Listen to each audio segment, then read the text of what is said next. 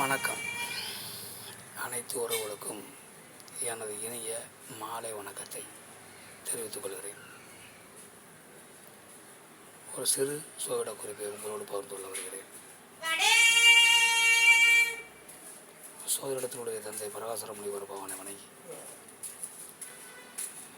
சோதிடத்தினுடைய மேதைகள் அனைவரை வணங்கி ஒரு சிறு குறிப்பை உங்களோடு பகிர்ந்து கொள்ள வருகிறேன்.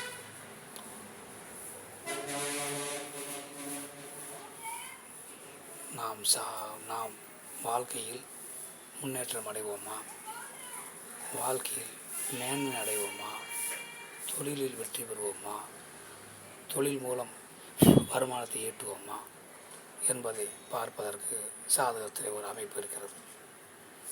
அதாவது உங்கள் லக்கணம் எந்த லக்கணமாக வேண்டுமானாலும் இருக்கட்டும், உங்கள்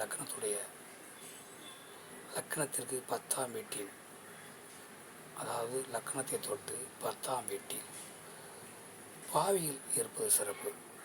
அதிலும் ராகு பகவான் இருப்பது மிக மிக சிறப்பு. அந்த 10ஆம் வீட்டில் கிரகமே இல்லாவிட்டாலும் தொழில் அந்த ஜாதகர் வெற்றி பெற்று விடுவார். அதனால் கிரகம் இல்லை என கவலைப்பட வேண்டாம்.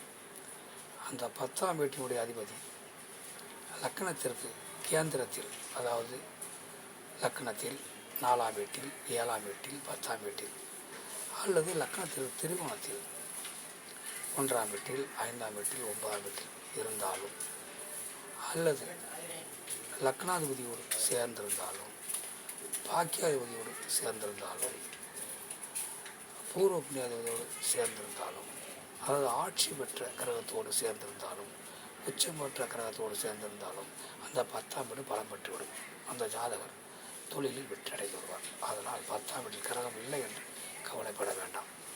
இந்த அமைப்பு உங்கள் ஜாதகத்தில் இருக்கிறதா என்று பார்த்துக் கொள்ளுங்கள். மற்றவற்றை நாம் அடுத்த வீடியோவில் காண்போம். நன்றி, வணக்கம்.